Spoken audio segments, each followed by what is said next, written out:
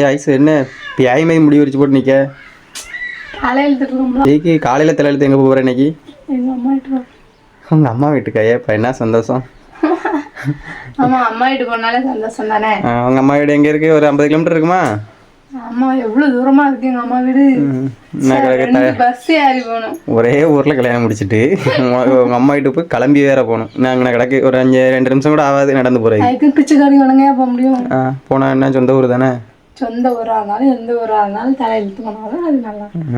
போங்க போயிட்டு வாங்க. போயிட்டு எப்போ வருவீ ரிட்டனு? அது யோசிக்கணும். நீ இன்னைக்கு சாட்டர்டே தானே, நீ வீட்லயே இருப்பா. 6 மணி ஆனால் நீ வெளியே வருவா. நாளைக்கும் வர மாட்டேன், ஏன்னா நாளைக்கு நீ வீட்டில் இருக்க மாட்டான். திங்கக்கிழமை வர்றேன். இப்போ எது திங்கக்கிழமை தான் வருவியா? ஆமாம், திங்கக்கிழமை தான் வருவேன். நீ 2 நாள் எப்படியும் வீட்டில் இருக்கிறது கிடையாது. சனிக்கிழமை சாயங்காலம் போயிடுவா 6 மணிக்கு. அப்புறம் நைட்டு 10-11 மணிக்கு வருவா. அதுவும் சொல்ல முடியாது, சில நேரம் திடீர்னு படம் பார்க்க போயிறேன்னு போயிடுவா. அதனால உன்னை நம்பி இங்கே தான் இருக்கேன். நான் எங்கள் வீட்டுக்கு திங்கக்கிழமை சாயங்காலம். சரி, அப்போ நான் ஜாலியாக என்ஜாய் பண்ணுவேன், அவ்வளோதானே. இல்லைனா கூட நீங்கள் என்ஜாயே பண்ண மாட்டேன். நாங்கள் வீட்டில் இருந்தால் வீட்டுக்குள்ளேயே தான் இருப்பேன். சரி, போயிட்டு வா. Tata tata tata. Bye by.